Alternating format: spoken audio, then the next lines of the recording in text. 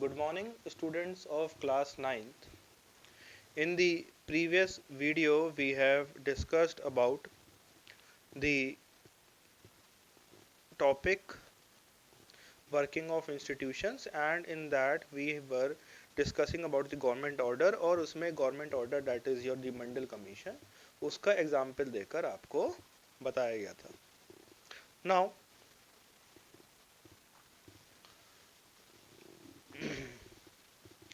हमने मंडल कमीशन के बारे में थोड़ा बहुत तो पढ़ लिया था, बट जो है पेज नंबर 58 तक पढ़ा था. 59 पेज पर जो है इसको थोड़ा और डिस्कस कर लेते हैं. राइट कि मंडल कमीशन के लिए कौन कौन से और इवेंट्स हुए थे. Right so we were discussing basically about the Mandal commission, जिसके अंदर जिसकी वजह से जो है हमारे जो यूपीएससी है बेसिकली सिविल सर्विसेज है, सिविल सर्विसेज के अंदर हमारा रिजर्वेशन लाया गया था for the socially and educationally backward classes that were SEBCs. Right so अब आगे पढ़ते हैं कि मंडल कमीशन के अंदर अभी तक हमने इतना पढ़ लिया था कि जो है हमारा 1989 में जो है लोकसभा में बिल लाया गया था. मतलब जो है 1989 के इलेक्शन के अंदर जो हमारा जनता दल था उसने उस प्रॉमिस किया था कि अगर वो पावर में आते हैं then they will implement the Mandal commission report, और जो कि ये कहती थी कि जो है जो बीपी मंडल की अध्यक्षता में जो बनी थी, जो बीपी मंडल उसके प्रेसिडेंट थे, जो ये कहती थी that every person who is belonging to SEBC will be given 27% reservation in the government jobs. And VP Singh जो प्राइम मिनिस्टर थे उन्होंने अपने पावर में आते ही इसको इम्प्लीमेंट कर लिया था. Now the president of India in his address to the parliament announced the intention of the government to implement the recommendations of the Mandal Commission. Right कि जो है हमारा जो है मंडल कमीशन इम्प्लीमेंट करने के लिए जो है आगे आए थे. On 6th of August 1990, Union Cabinet took a formal decision to implement the recommendations. फिर बाद में कौन सी डेट was 6th of अगस्त 1990. इस दिन ही क्या हुआ था कि मंडल कमीशन को इम्प्लीमेंट करने के लिए जो मिनिस्ट्री जो हमारी कैबिनेट मीटिंग थी, कैबिनेट मिनिस्टर्स की जो मीटिंग थी, वो जो है उसने उसके ऊपर रिकमेंडेशन के ऊपर स्टैंप लगा दी कि that now it is okay, हम इसको पास करते हैं. Next day PM VP Singh informed the parliament about this decision through a statement in both the houses of the parliament. और फिर बाद में नेक्स्ट डे मतलब 7th of August 1990 को उन्होंने इसको घोषित कर दिया. The decision of the cabinet was sent to the Department of Personnel and Training. The senior officers of the department drafted an order in line with the cabinet decision and took the minister's approval. An officer signed the order on behalf of the union government. This was on 13th August 1990. For the next few months, this was the most hotly debated issue in the country. Newspaper and magazines were full of different views and opinions on this issue. It led to widespread protest and counter-protests, some of which were violent. People reacted strongly because of the decision affected the thousands of job opportunities. Some felt that the existence of inequalities among the people of different castes in India necessitated job reservation. They felt this would give a fair opportunity to those communities who so far had not adequately been represented in the government employment. Right? अब देखिए 6 अगस्त 1990 को क्या हुआ, cabinet ने उसके ऊपर मोहर लगा दी that now it will pass. Next day VP Singh जो प्राइम मिनिस्टर थे उन्होंने आकर जो है अनाउंस कर दिया, and on 13th of August 1990 it became an official government order और फिर उसको पास कर दिया गया. जब ये पास हुआ इसके बाद बहुत ज़्यादा प्रोटेस्ट हुए. some were in favor और बहुत से लोग जो है जो अगेंस्ट में थे उनको जो है उनके खिलाफ लोगों ने भी प्रोटेस्ट करे. मतलब देखिए जैसे ऑर्डर पास हुआ, some people were against this reservation, तो जो लोग इस रिजर्वेशन के अपोज में थे उन्होंने प्रोटेस्ट करा, और जो लोग इसके जो है फेवर में थे उन्होंने उन लोगों के अगेंस्ट में प्रोटेस्ट करा. समझ रहे हैं बात को? तो जो है यही जो है wide spread protest all over the India हुए, ऑल ओवर द कंट्री हुए. और बहुत से लोग जो कहते थे कि जो है ये अच्छा स्टेप है, बहुत से लोग कहते थे कि ये बुरा स्टेप है। फिलहाल others felt that this was unfair as it would deny equality of opportunity to those who did not belong to the backward communities. They would be denied jobs even though they could be more qualified. बहुत से लोग कहते थे कि backward communities का इस rule की वजह से क्या होगा कि जो है गवर्नमेंट जॉब्स के अंदर जो है उनका रिप्रेजेंटेशन बढ़ेगा। बहुत से लोग कहते थे कि उनका रिप्रेजेंटेशन बढ़ेगा, बट इस वजह से जो लोग ज़्यादा क्वालिफाइड है, एजुकेटेड है, उन लोगों के ऊपर जो है उन लोग के साथ ही गलत है, राइट कि they have the skills but then also they are not fit to enter the government job just because of their caste. So it is a debated issue till today, लोग आज भी डिबेट करते हैं इसके बारे में। In this chapter, we won't discuss whether the decision was good or not. The chapter is also getting away from it. In this chapter, we won't discuss whether it is good or not. We will only talk about, take this example to understand how many decisions are taken and implemented in the country. Who's resolved this dispute? You know that the Supreme Court and the High Court of India settled disputes arising out of government decision. Some person and association opposed to this order filed a number of cases in the court. They appealed to the courts to stop its implementation. The Supreme Court of India bunched all these cases together. This case was all known as the Indira Sahani and the others versus the Union of India case. 11 judges of Supreme Court heard arguments of both sides. By a majority, Supreme Court judges in 1992 declared that this order of the Government of India was valid. At the same time, Supreme Court asked the government to modify its original order. It said that well-to-do persons among the backward class should be excluded from getting the benefits of the reservation. Accordingly, the Department of Personnel and Training issued another office memorandum on 8 September 1993. The dispute thus come to an end and this policy has been followed since then. Right? कि क्या हुआ, फिर बाद में dispute कैसे resolve हुआ। Dispute हमारे India के अंदर दो तरीके से रिजॉल्व करे जाते हैं, मतलब एक ही इंस्टीट्यूशन रिजॉल्व करता है, that is our judiciary. Right, basically आप अगर साधारण भाषा में जिसको कहेंगे दी कोर्ट्स। और हमारे जुडिशरी बेसिकली दो हैं बड़े लेवल के, एक है सुप्रीम कोर्ट,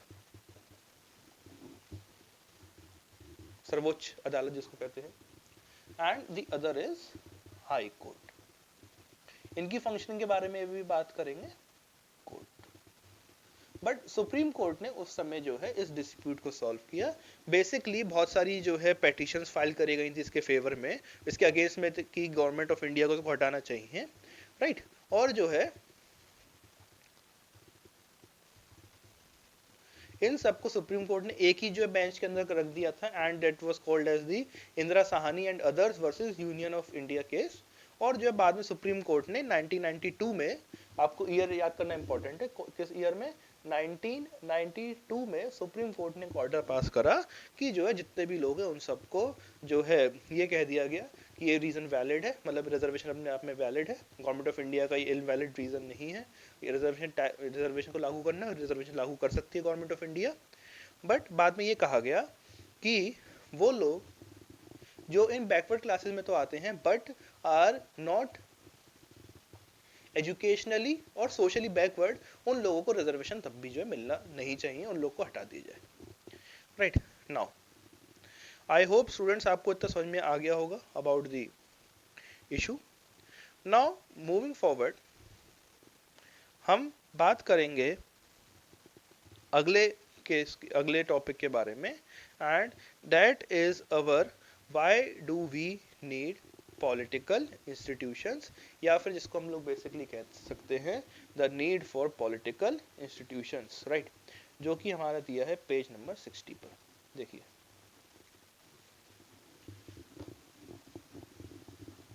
अब बात करते हैं कि जो हमारे पॉलिटिकल इंस्टीट्यूशंस हैं उनकी नीड क्या होती है। Right, we have seen one example of how government works. Governing a country involves various such activities. ये हम पढ़ रहे हैं पेज नंबर 60 पर, राइट, 60 पेज खोल लीजिएगा आप अपनी बुक्स का। We have seen one example of how the government works. Governing a country involves various such activities. For example, the government is responsible for ensuring security to the citizens and providing facilities for education and health to all. It collects taxes and spends the money thus raised on administration, defense, and development programs. It formulates and implements several welfare schemes. Some persons have to take decisions on how to go about these activities, others have to implement these decisions. If disputes arise on these decisions or in their implementation, there should be someone to determine what is right and what is wrong. It is important that everyone should know who is responsible for doing what. It is also important that these activities keep taking places even if the person is key position in the key position changes, right? कि हमारे देश में क्या होता है कि अलग अलग टाइप के जो है लोग हैं, सब लोग जो टैक्स देते हैं, बहुत से लोग टैक्स नहीं भी देते हैं, बट ज़्यादातर लोग टैक्स देते हैं। टैक्स देने के बाद भी क्या होता है कि जो लोग होते हैं वो